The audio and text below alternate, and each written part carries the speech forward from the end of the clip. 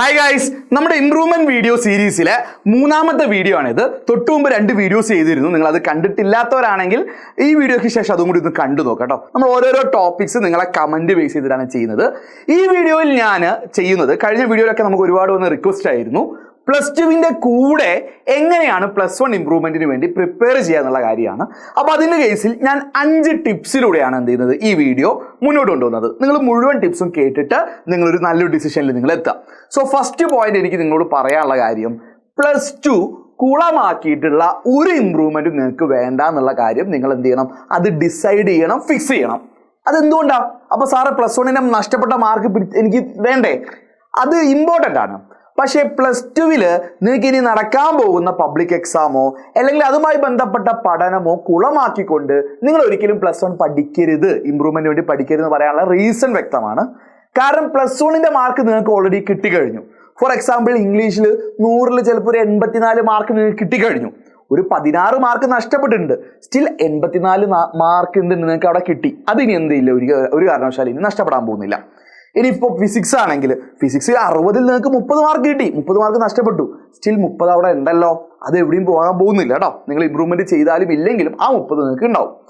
അപ്പോൾ ഇനി +2 നിങ്ങൾക്ക് 60 മാർക്ക് ഫിസിക്സിൽ എഴുതി വാങ്ങാനുണ്ട്, ഇംഗ്ലീഷിലാണെങ്കിൽ 80 മാർക്ക് എഴുതി വാങ്ങാനുണ്ട്. അപ്പോൾ ആ ഒരു മാർക്ക് ഇനി വരാൻ പോകുന്നേ ഉള്ളൂ, നിങ്ങൾക്ക് കിട്ടാൻ പോകുന്നത്. നിങ്ങൾക്ക് ഒരു ഗ്യാരണ്ടി ഇല്ലാത്തൊരു മാർക്കാണ് ഇനി വരാൻ പോകുന്നത് +2 കേസിൽ. എന്നാൽ +1 നിങ്ങൾക്ക് ഓൾറെഡി ഉള്ള മാർക്ക് ഗ്യാരണ്ടീഡും ആണ്. പറഞ്ഞ പോയിന്റ് ക്ലിയർ അല്ലേ? അപ്പോൾ അതിൽ നിങ്ങൾക്ക് ഇമ്പ്രൂവ് ചെയ്യാം, ഓക്കെ.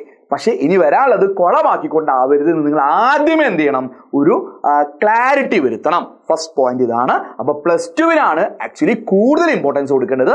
അതിൻ്റെ കൂടെ ലാബും കൂടി വരുന്നുണ്ട്.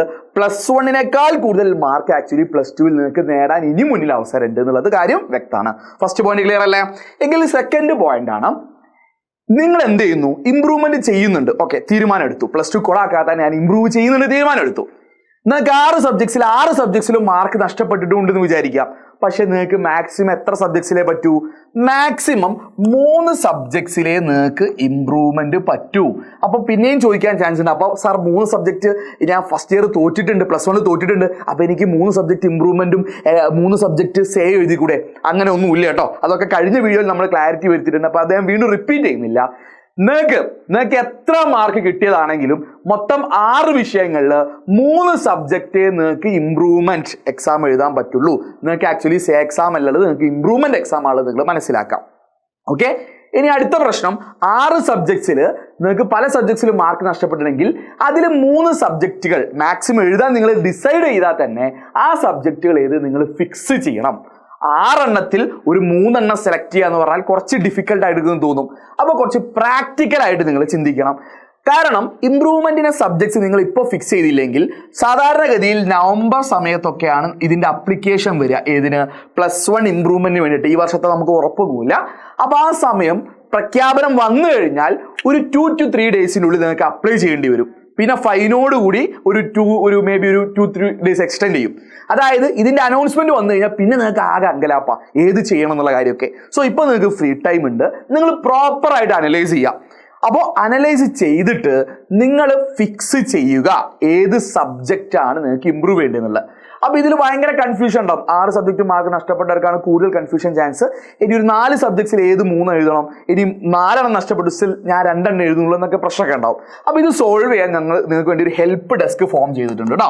ഒരു ഹെൽപ്പ് ഡെസ്ക് ഉണ്ട്. അപ്പോൾ നിങ്ങളുടെ സംശയങ്ങൾ നിങ്ങൾക്ക് ചോദിക്കാം, ഞങ്ങളത് പരിഹരിച്ചു തരും. താഴെ ഒരു ഫോം കൊടുത്തിട്ടുണ്ടാവും, ഫസ്റ്റ് ലിങ്ക് ഉണ്ടാവും കേട്ടോ. ആ ലിങ്കിൽ നിങ്ങൾക്ക് എന്ത് ചെയ്യാം, നിങ്ങളെ ഡൗട്ട്സ് നിങ്ങളെ അറിയിക്കാം. അപ്പോൾ ഞങ്ങൾക്ക് നിങ്ങളെ പ്രോപ്പറായിട്ട് ഗൈഡ് ചെയ്ത് പറ്റും. നീ ഈ സബ്ജക്ട്സിൽ ഇമ്പ്രൂവ്മെന്റ് ചെയ്തോ, ഈ സബ്ജക്ട്സ് എഴുതണ്ടെന്ന് പറഞ്ഞു തരാൻ പറ്റും. അപ്പോൾ ആ ഫോം ഫില്ല് ചെയ്യാൻ മറക്കരുത്. റെഡി. ഇനി അടുത്ത 3ാമത്തെ പോയിന്റ്, അതിന് കൂടെ ഒറ്റൊരു കാര്യം കൂടി ഉണ്ടായിരുന്നു. പല ആൾക്കാരും ഇമ്പ്രൂവ്മെന്റിന്റെ ക്ലാസ് വേണമെന്ന് പറഞ്ഞിരുന്നു. ഇമ്പ്രൂവ്മെന്റ് ക്ലാസ് നിങ്ങൾക്ക് ഉണ്ടായിരിക്കുന്നു. നിങ്ങൾക്ക് ഒരു സബ്ജക്റ്റിന് വെറും 999 വരുന്നുള്ളൂ. നിങ്ങൾ 3 സബ്ജക്റ്റ് എഴുതുകയാണെങ്കിൽ മാത്രം 3 സബ്ജക്റ്റിന് പൈസ അടച്ചാൽ മതി. അപ്പോൾ അത് നിങ്ങൾക്കുള്ള വലിയൊരു ബെനിഫിറ്റ് ആണ്, വലിയ അഡ്വാൻറ്റേജ് ആണ്. ഒരു സബ്ജക്റ്റ് മാത്രം ഇമ്പ്രൂവ് ചെയ്യാൻ ആഗ്രഹിക്കുന്ന ആൾക്കാരാണെങ്കിൽ വെറും 999 ഫീസ് വരുള്ളൂ. പെർ സബ്ജക്റ്റ് ആയിരിക്കും ഫീ. അപ്പോൾ ഇംഗ്ലീഷ് പോലെ സബ്ജക്ട്സിനൊന്നും ഞാൻ നിർബന്ധിക്കുന്നില്ല. നിങ്ങൾക്ക് 99 മാർക്ക് ഉണ്ട്, 100 മാർക്ക് ആക്കണം, ഈ പൈസ നടക്കേണ്ട കേട്ടോ. നിങ്ങൾ ഇംഗ്ലീഷിന് ഈ ബാച്ച് ജോയിൻ ചെയ്യേണ്ട. മറിച്ച് ഇംഗ്ലീഷിന് വളരെ മാർക്ക് കുറഞ്ഞ ഒരു സ്റ്റുഡൻ്റ് ആണോ, തീർച്ചയായും ഇംഗ്ലീഷിന്റെ ഇമ്പ്രൂവ്മെന്റ് ആ ഒരു കോഴ്സ് നിങ്ങൾ ജോയിൻ ചെയ്താൽ മതി. അപ്പോൾ നിങ്ങളുടെ ഓപ്ഷനാണ് മാക്സിമം 3 സബ്ജക്ട്സ് നിങ്ങൾ ജോയിൻ ചെയ്യാം. അപ്പോൾ എത്ര? 2997 രൂപയാണ് 3 സബ്ജക്ട് ഇമ്പ്രൂവ് ചെയ്യാൻ വേണ്ടിയുള്ള ഫീസ് ഉണ്ടാവുക. ഏറ്റവും കുറഞ്ഞ സമയത്തുള്ള സ്പെഷ്യൽ ക്ലാസ് ആയിരിക്കും ആൻഡ് സ്പെഷ്യൽ ലൈവ്സും ക്വസ്റ്റ്യൻ ഡിസ്കഷനും ഒക്കെ ഈ ഇംപ്രൂവ്മെന്റ് ബാച്ചിൽ ഉണ്ടായിരിക്കുന്നതായിരിക്കും കേട്ടോ. ശരി, ഇനി നിങ്ങൾ +2 കൂടെ ഇത് കൊണ്ടുപോവാണ്, +2 നിങ്ങൾക്ക് പഠിക്കണം, അവിടെ നിങ്ങൾക്ക് കിഡിലിന് ഓഫർ ഉണ്ട്. ഞാൻ പറയുന്നത് ഇതിനേക്കാൾ ബെറ്റർ ഓപ്ഷൻ എന്ന് പറഞ്ഞു കഴിഞ്ഞാൽ ഇത് തന്നെയാണ്. +2 എഡ്യൂപോർട്ടിന്റെ സൂപ്പർ ബാച്ചിലോ അല്ലെങ്കിൽ ഫാസ്റ്റ് ട്രാക്ക് ബാച്ചിലോ ജോയിൻ ചെയ്തവർക്ക് ഓൾറെഡി ഫ്രീ ആണ്. അതുപോലെ നമ്മളിപ്പോൾ ക്രിസ്മസ് എക്സാം ടാർഗറ്റ് ചെയ്ത് തുടങ്ങുന്ന പ്രീ ബൂസ്റ്റർ ബാച്ച് ഉണ്ട്.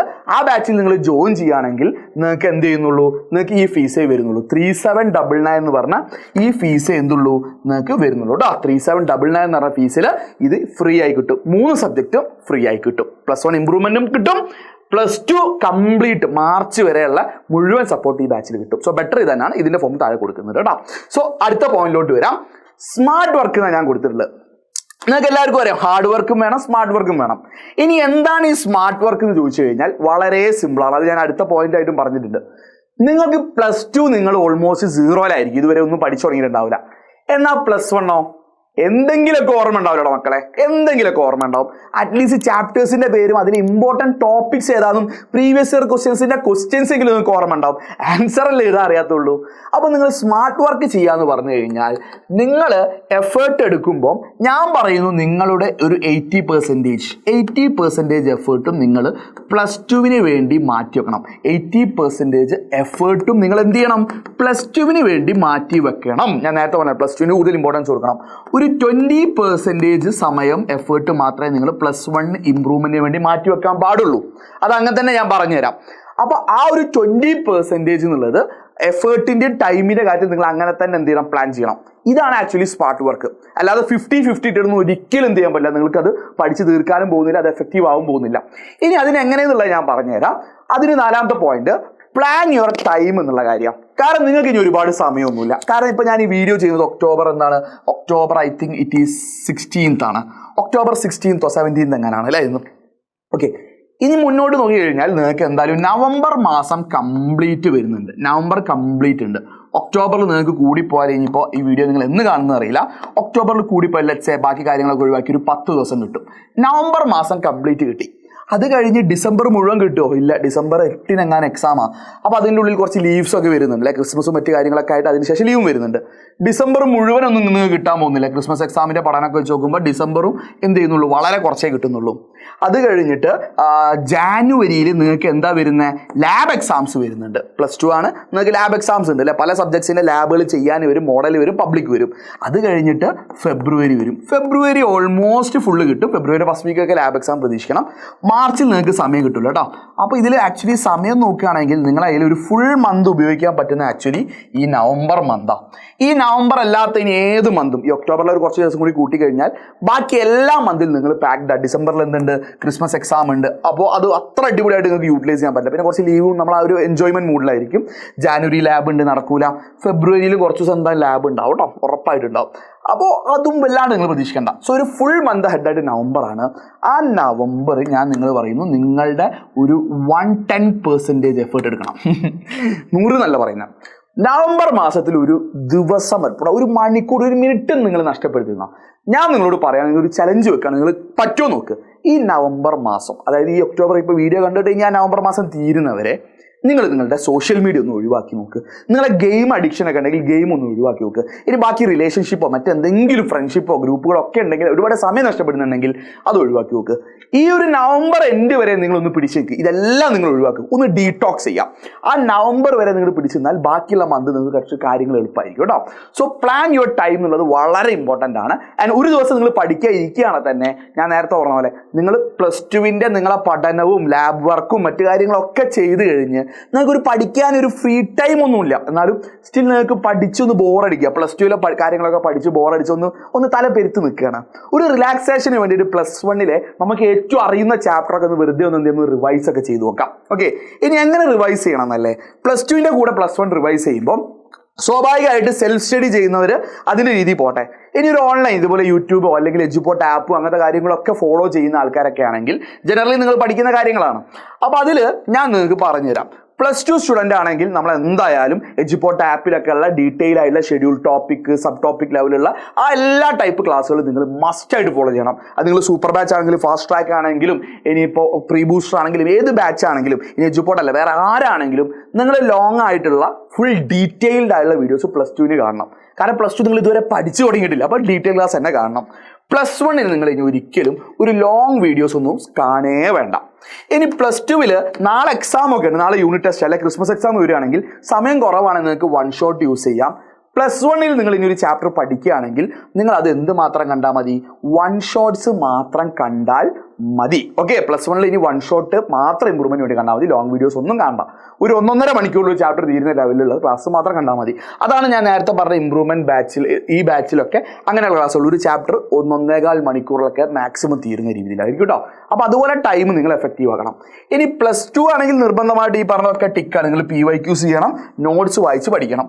എന്നാൽ +1 കേസിൽ ഞാൻ പറയുന്നു, ചിലപ്പോൾ ഈ 1 ഷോട്ട് ക്ലാസ് കാണുന്നതിന് മുമ്പ് നിങ്ങൾക്ക് ആക്ച്വലി എന്ത് ചെയ്യാം? അതിൻ്റെ നോട്ട് വായിക്കാം. നിങ്ങൾക്ക് അത്യാവശ്യം അറിയുന്ന ഒരു ചാപ്റ്ററാണ്, നിങ്ങൾ അതിൻ്റെ 1 ഷോട്ട് കണ്ട് നിങ്ങൾ സമയം കഷ്ടപ്പെടുത്തണോ?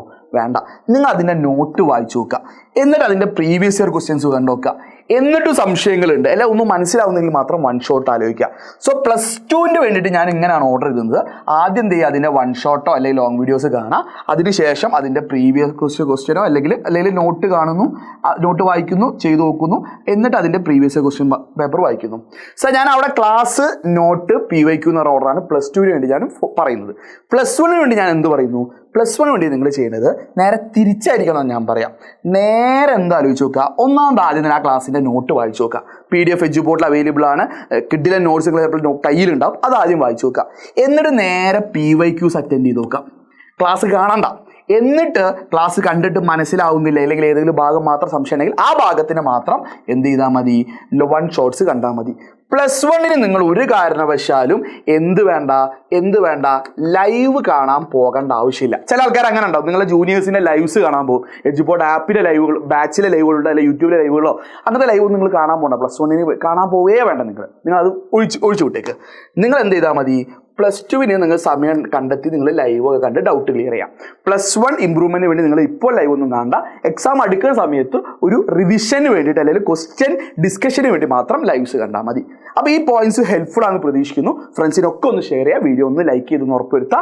താഴെ കാണാൻ ഞാൻ ഇത് പറഞ്ഞ ഫോം ഫില്ല് ചെയ്യാൻ മറക്കണ്ട. ഇനി ബാച്ചിനെ കുറിച്ച് എന്തെങ്കിലും സംശയം ഉണ്ടെങ്കിൽ നിങ്ങൾക്ക് നമ്പറിൽ കണക്റ്റും ചെയ്യാം. താഴെ തന്നെ ഫോം, ഇതിൽ ജോയിൻ ചെയ്യാനുള്ള ഫോം ഉണ്ടാവും കേട്ടോ. So all the best. കൂടുതൽ വീഡിയോസ് നമ്മൾ ഈ ചാനലിൽ തന്നെ ചെയ്യുന്നതായിരിക്കും.